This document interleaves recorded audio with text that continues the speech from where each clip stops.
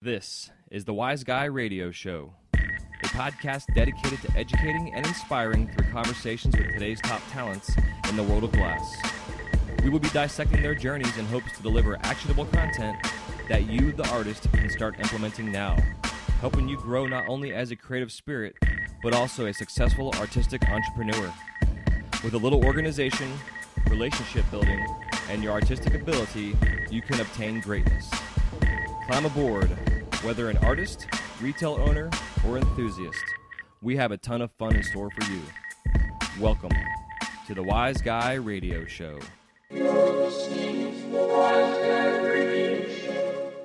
This episode of the Wise Guy Radio Show is brought to you by Mountain Glass Arts. Mountain Glass is holding their January sale, which includes borosilicate Golden Gate tubing at 20% off. Just put in the term Golden Gate at checkout. And they also are holding their soft glass COE 104 sale on a Fetre or a Moretti rod at 30% off. Just put in the word Fetre, that's E-F-F-E-T-R-E at checkout. For any other questions or comments, just go to mountainglass.com. That is mountainglass.com. And this show is also brought to you by Green Flash Glass. And if you are a wholesaler, retail store, get a hold of them through their website at greenflashglass.com. Give them a phone call and place your order. That is greenflashglass.com. And all sales are always free shipping that are $1,000 or more. And now on with the show.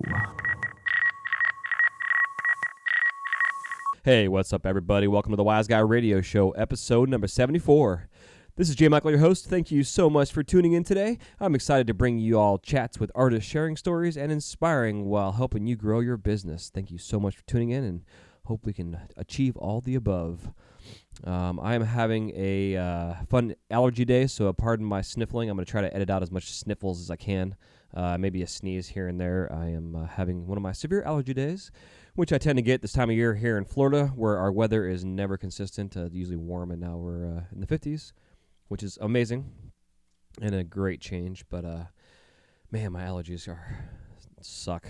So, anywho, today we are going to be discussing repetitive motion injuries again. I'm going to be revisiting this topic because this is something that is near and dear to my heart because I am currently dealing with this issue myself, and sure, a lot of you out there that have been doing this have been behind the torch or as a glass artist or really anything in repetitive nature, this typing, playing music, playing with clay, cooking, with the such for a living.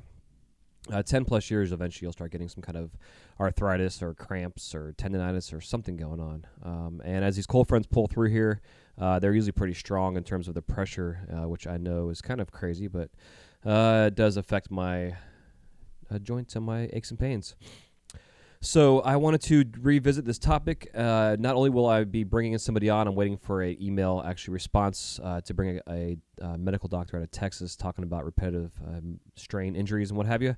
But I wanted to just kind of go over a couple brief areas of concern, and then also have a product I wanted to talk about that I came across and I will be bringing these folks on pretty soon as well. And this product just has a little teaser, has helped me in a sense with helping alleviate pain in my hands. So other than that, before we get on with the show, I wanted just to announce real quick that it is time for Mountain Glass's weekly Get It Quick sale, which actually begins on Tuesdays. So this began on, this is January, Jesus. This began on January 13th, runs through the 15th. That is Pacific time at midnight. It ends. Right now you can get TAG First Quality Glass for 25% off. Just put in code TAG. And then also for all you soft glass and jewelry makers out there, they have their Add a Bead sale items 15% off. Just put in the code ADDBEAD, that's ADDBEAD, at your checkout, and you guys can get some kind of discounts on. For those of you out there like myself that make other things than pipes, they have their wine bottle stoppers and bracelet and jewelry making kits and stuff that are fun to throw some beads or pendants or sculptures or whatever you want to throw on these guys. So yeah, and there you go. And they also were announcing that as of Friday, January 22nd, they will be doing their Glass Alchemy price adjustment. They said that the price of Glass Alchemy products will be changing on Friday, January 23rd. Raw materials, labor, and electricity costs have all increased in order to continue to provide the market with a high-quality product. Glass Alchemy is bringing the price of the glass on the adjustment with the production costs. This price adjustment will allow Glass Alchemy to continue to invest in the growth of the borosilicate glass palette. And for those of you out there that are concerned with worrying about companies raising their prices, I always say business is business. You got to raise your prices as the economy also changes, and we also have to raise our prices as well, which then we pass on to our customer, which sucks, but it's just the reality of inflation and growth in business. As well as those that are not aware, the post office is also about to raise their prices. So you got to make adjustments for shipping as well now. Those of you out there like myself who deal with Etsy, they sent out an email where you can actually automatically adjust somehow through their amazing genius in programming, can adjust your shipping charges based on what the new rates are going to be. And also one more fun announcement for Mountain Glass. They have a new joint size. It's a 12-21 female and male. So now there's a 12 mil. There you go. Go to mountainglass.com and check out all their stuff, and we will be back very soon here. So now it is time for us to get into our monthly medical talk, where we are going to be talking about repetitive strain injury.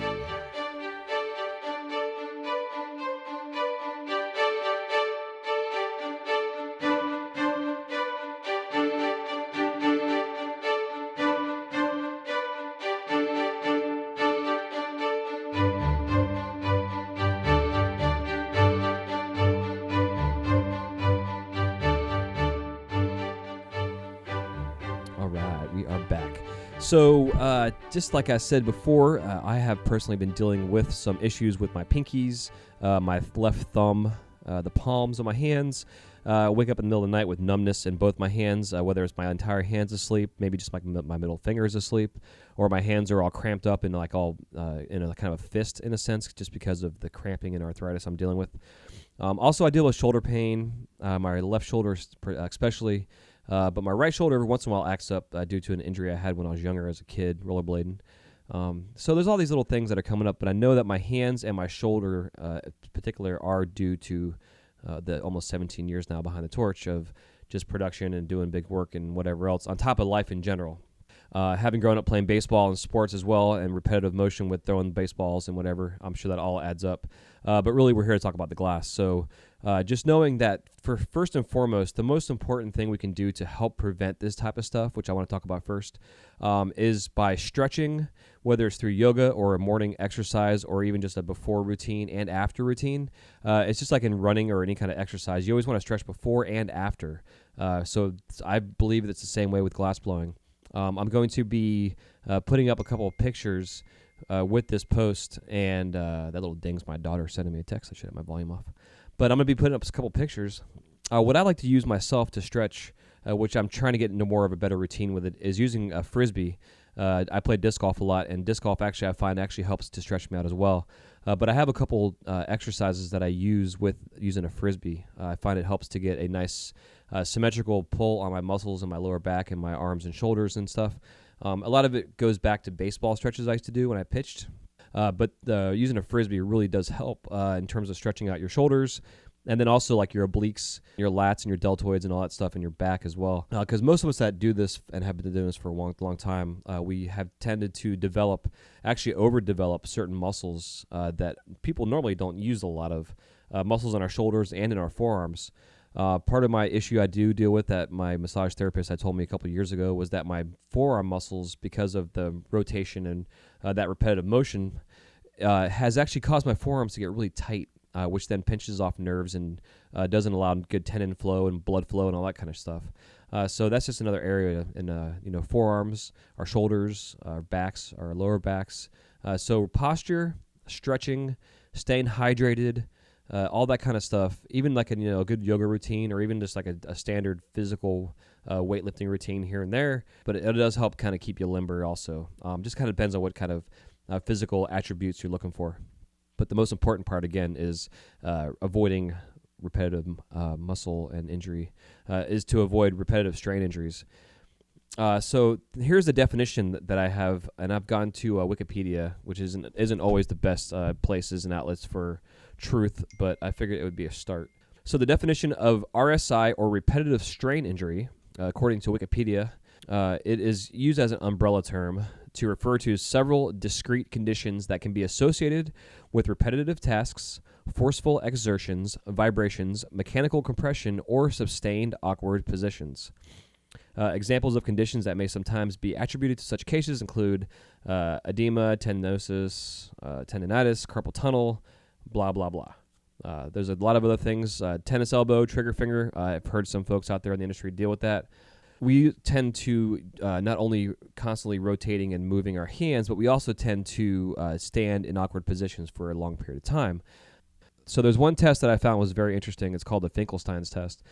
And this is for de Quervain's tendinitis, which is something that as I was reading through, could potentially be something that we are dealing with or could deal with, which then also can lead into carpal tunnel syndrome. There's different variations on how you go about testing this, and I found what they were talking about is basically you hold your hand out to a doctor like you're going to shake their hand, and then they grab your thumb and kind of pull your thumb towards them, away from you, and then down, so it kind of bends your wrist.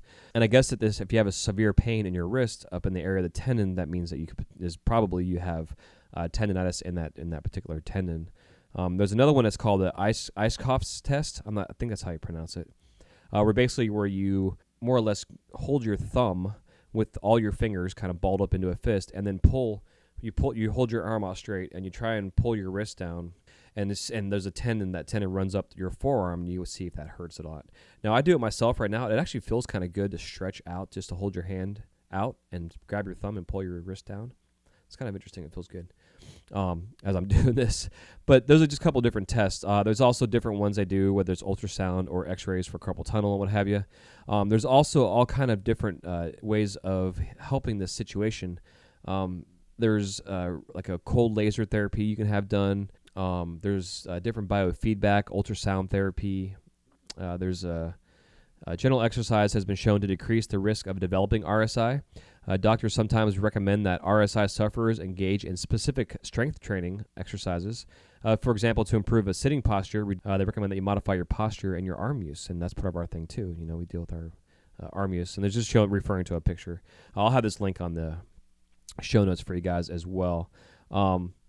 So now we're going to get into a little bit of the carpal tunnel syndrome, which I know is an area that we are all concerned about. And this is basically, the definition is that carpal tunnel syndrome is a medical condition in which the median nerve is compressed as it travels through the wrist at the carpal tunnel and causes pain, numbness, and tingling in the part of the hand that receives sensation from the median nerve. Which basically is, don't know anatomy too much, but the hand is comprised of your metacarpals and then your phalanges, which are your actual finger bones. And at your wrist, from where your radius and ulna come in and attach to your hand or to your wrist, there are your little carpal tunnels and are your carpals, and they have little holes in the middle of the bones that blood flows through, nerves and tendons. In this particular area, and through the middle of all of that cluster of bones is where your main median nerve runs through.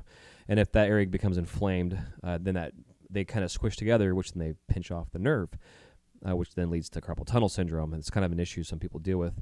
It's definitely come a long ways in terms of medical surgery and stuff being done for it. I know my mother dealt with carpal tunnel due to being a nurse and doing stuff with her hands for years and years and years. And the doctors actually really were new to carpal tunnel when she had her surgery, and they kind of messed up and had long-term issues because of it. So, but it's just kind of neat where medical has gone to now. But anyway, so the part of the main symptoms of carpal tunnel is what they're saying is intermittent numbness of the thumb, index, and long middle fingers, and the radial side of the ring finger, which is the thumb side of your ring finger. So basically, if you look at your hand, like your right hand, for instance, your thumb, your pointer finger, your middle finger, and then the left side of your ring finger would be where you're having issues. The numbness often occurs at night with hypothesized reasons related to sleep position, such as the wrist being held flexed during sleep or sleeping on one side. It can be relieved by wearing a wrist splint that prevents flexion. And flexion is just, again, like making a fist or bending your hand down. Which is something I'm going to start doing myself, is wearing a wrist guard at night. It says that long-standing CTS leads to permanent nerve damage with constant numbness, atrophy of some of the muscles on the basically they're saying your thumb and pad muscles on your hands, and the weakness of the palmar abduction, which is basically you lose strength in your hand. It makes it difficult to open jars, to squeeze things very hard, which is not really good. Pain in carpal tunnel syndrome is primarily numbness that is so intense that it wakes one from sleep, which is what I deal with. Conservative treatments include the use of night splints and cortisone injection. The only scientifically established disease-modifying treatment is surgery to cut the transverse carpal ligament. Basically means that they have to cut your ligament to open up and help with the inflammation area, which sucks. Which has definitely gotten a lot better surgery-wise. So it talks about some of the work-related issues that we can deal with carpal tunnel. The international debate regarding the relationship between CTS, carpal tunnel syndrome, and repetitive motion and work is ongoing. The Occupational Safety and Health Administration, or OSHA, has adopted rules and regulations regarding cumulative trauma disorders. Occupational risk factors of repetitive tasks, force, posture, and vibration have been cited. The relationship between work and CTS is controversial in many locations. Work diagnosed with carpal tunnel syndromes are entitled to time off and compensation. Once again, which is why I would love to see our industry get a union or some kind of guild of some sort, because if we have representation, have like a national insurance plan of some sort, we can all get on. These type of issues we can actually deal with and actually not cause us to go bankrupt because we have a $100,000 medical bill we can't afford because we don't have health insurance. Some of us out there that do have health insurance are very blessed and fortunate. There are ways to provide your own health insurance as well, but it can be expensive at times. Just something to kind of a side note there, just something to think about. Some speculate that carpal tunnel syndrome is provoked by repetitive movement and manipulation activities, and that the exposure can be cumulative, which means over a period of time. It also has been stated that symptoms are commonly exacerbated by forceful and repetitive use of the hand and wrists in industrial occupations, but it is unclear as to whether this refers to pain, which may not be due to carpal tunnel syndrome, or more typically numbness symptoms. So the way they basically go about finding a way whether or not you have carpal tunnel, there's no consensus. They're saying here is a combination of described symptoms, clinical findings, or electrophysiological testing can be used. CTS workup is the most common referral to the electrodiagnostic lab. All right, so now we can get into some areas of prevention. Suggested healthy habits such as avoiding repetitive stress, work modification through use of ergonomic equipment, wrist rest, mouse pad, etc. Taking proper breaks, using keyboard alternatives. These are for those that type a lot. And have been proposed as methods to help prevent carpal tunnel syndrome. Suggested healthy habits such as avoiding repetitive stress, work modification through use of ergonomic equipment such as wrist rest and mouse pads, taking proper breaks, using keyboard alternatives such as digital pen, voice recognition, and dictation, and have been proposed as methods to help prevent carpal tunnel syndrome. The potential role of B vitamins in preventing or treating carpal tunnel syndrome has not been proven. There is little or no data to support the concept that activity adjustments prevent carpal tunnel syndrome. Stretches and isometric exercises will aid in prevention for persons at risk. Stretching before the activity and during breaks will aid in alleviating tension in the wrists. Place the hand firmly on a flat surface and gently pressing for a few seconds to stretch the wrist and fingers. An example for an isometric exercise of the wrist is done by clenching the fist tightly, releasing and fanning out fingers. None of these stretches or exercises should cause pain or discomfort. Biological factors such as genetic predispositions and arthropometic features have significantly stronger causal association with carpal tunnel syndrome than occupational environmental factors such as repetitive hand use and stressful manual activity. This suggests that carpal tunnel syndrome might not be preventable simply by avoiding certain activities or types of work activities. And then there's ways of treating it. Generally accepted treatments include physiotherapy, steroids, either orally or injected locally, splinting, and surgical release of the transverse carpal ligament. There is no or insufficient evidence for ultrasound, yoga, lasers, B6, and exercise therapy. Change in activity may include avoiding activities that worsen symptoms that may require changing work.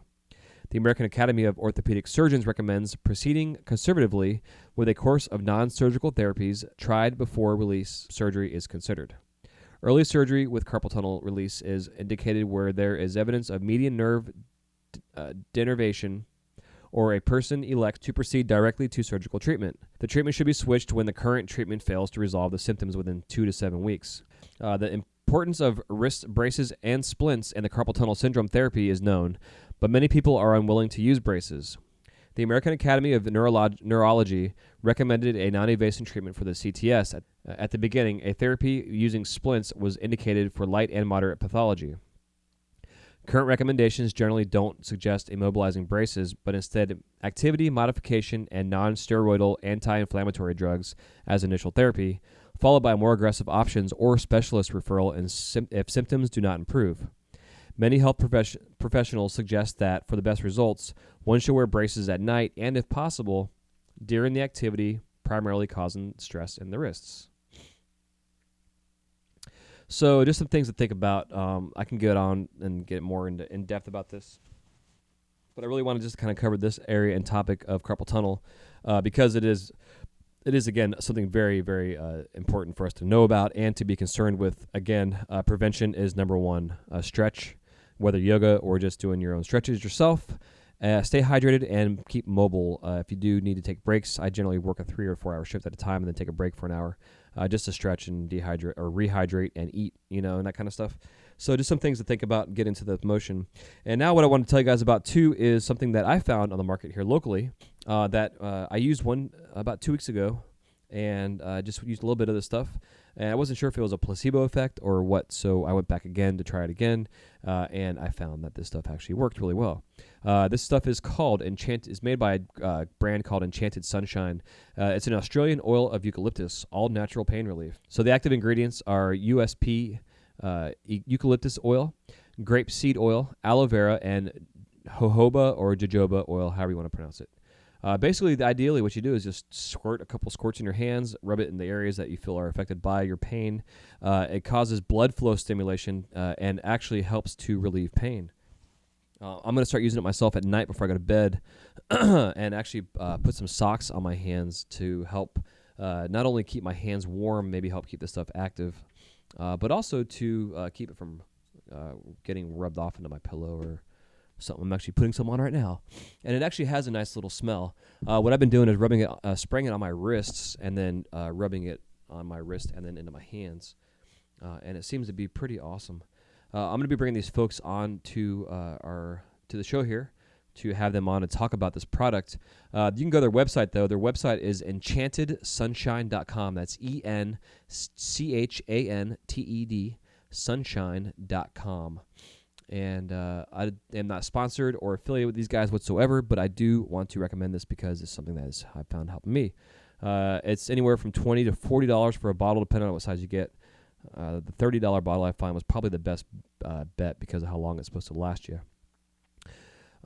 So there you guys go. I will have information on the show notes. Just click on the picture on the podcast. It'll flip around and show you all the show notes on there with links and what have you. And then also you guys can always go to wiseguyradio.com and subscribe to our newsletter. And also when you get signed up there, you'll get some exclusive content that I do not share on the show, as long as giveaways and also some fun stuff behind the scenes. And then don't forget, please, to share this show with your friends and family. If you are listening to this on iTunes, please subscribe to the show. It'll help make it so that you get the downloads easier. If you do download the show, it lets me know you did listen to it. I do not get to know if you listen to the show or not, just based on listens.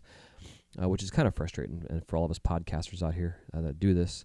But also, make sure you guys go check out Mountain Glass. And also, for those out there that have a retail store or an online store, and you want to purchase wholesale directly from Green Flash Glass, go to greenflashglass.com and get their stuff on board for your shops and get it in your doors.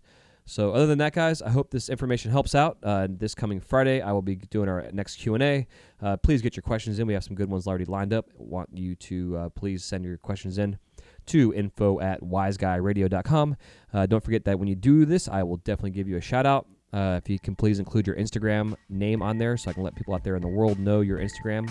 And thank you guys again for listening to the Wise Guy Radio Show. Love you guys. Take care, and take care of those wrists, shoulders, knees, and toes. Peace. Thank you guys so much for listening to this episode of the Wise Guy Radio Show. If you have any questions, comments, or remarks, please leave them in the show notes page area where it says comments. We'll see you soon. Have a wise night.